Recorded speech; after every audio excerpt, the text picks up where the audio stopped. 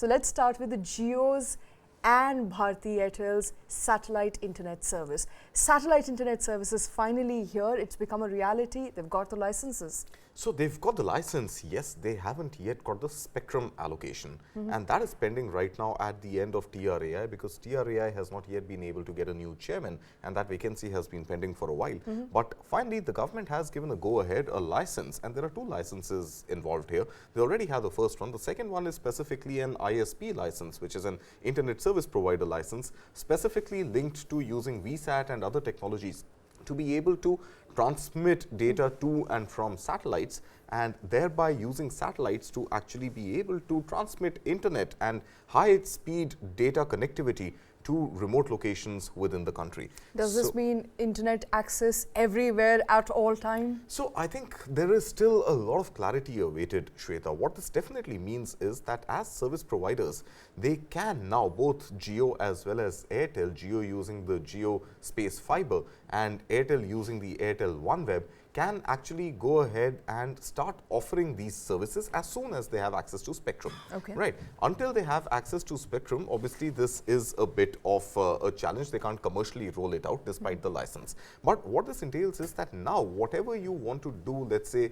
in terms of laying off optical fiber networks, which Reliance had done very seamlessly and had spent billions of dollars worth of investments laying off the cables for 5G speeds, for connectivity of internet to locations across India. But the cost sort of becomes prohibitive when you want to take it to really far-flung, rural, deep-rooted territories within the country.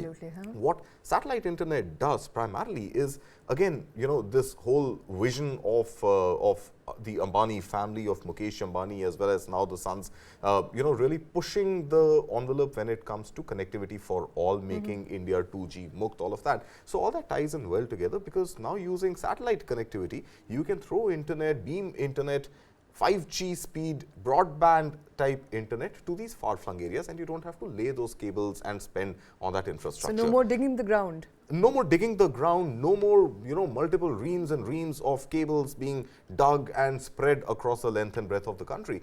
Now, to answer your specific question, is it going to be internet everywhere? I think that would be the eventual goal, both for Reliance Jio as well as Bharti Airtel.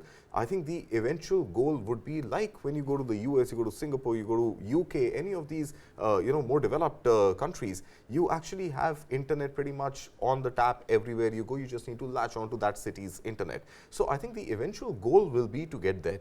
But the immediate problem that satellite internet and by way of these licenses will solve is remote, far-flung rural connectivity without really investing and opting for subsidies to keep cost low for the rural folk to actually, get access to high-speed internet. I think that gets solved immediately, and internet everywhere should hopefully be the next step. All right, internet everywhere. And will it be internet at a speed, at a higher speed, obviously, but will it be affordable is the question.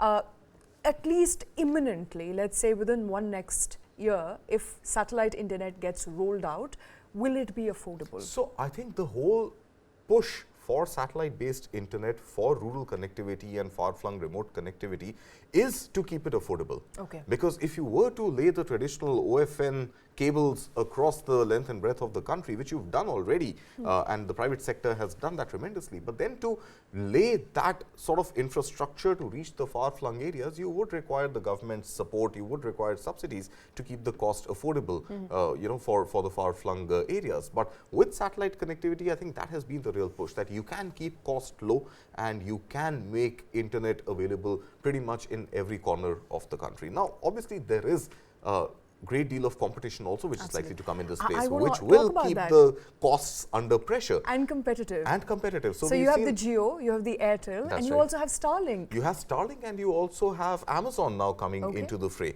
Both Starlink, which is run by, owned by Elon Musk, as well as Amazon have not yet received the government's go-ahead. They haven't yet received the license. Applied for it. But they have applied for it. And they are waiting in the fray, get that approval, and enter the market and provide internet. So I think overall, there is going to be a cost competitiveness, like we have seen the data wars panning out on ground we will see those data wars panning out in outer space as well. Okay. And internet connectivity, affordability, access to all would be pretty much the principles that every ISP out there would want to provide using satellite networks. And I think those who are unable to sustain businesses by way of keeping these costs low will have their days numbered, and those who have deeper pockets will obviously keep prices low till as long as they have the absolute authority and monopoly, if I may, to move prices up. And before we move on, when can we expect to roll out? Jio got a license a couple of months ago. OneWeb, Airtel's OneWeb got it now.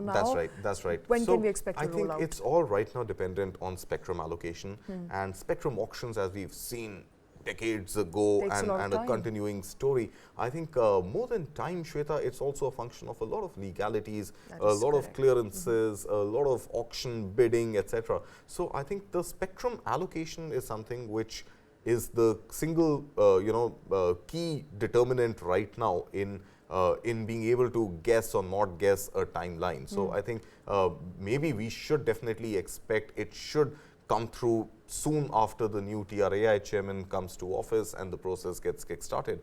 So yeah, I think just to take a wild guess right now, mid next year is when we should hopefully start receiving some satellite signals for internet. Well, that's a good timeline. Mid next year is by when you can expect satellite internet to finally make a debut in India. Remember, OneWeb and Jio already have procured license.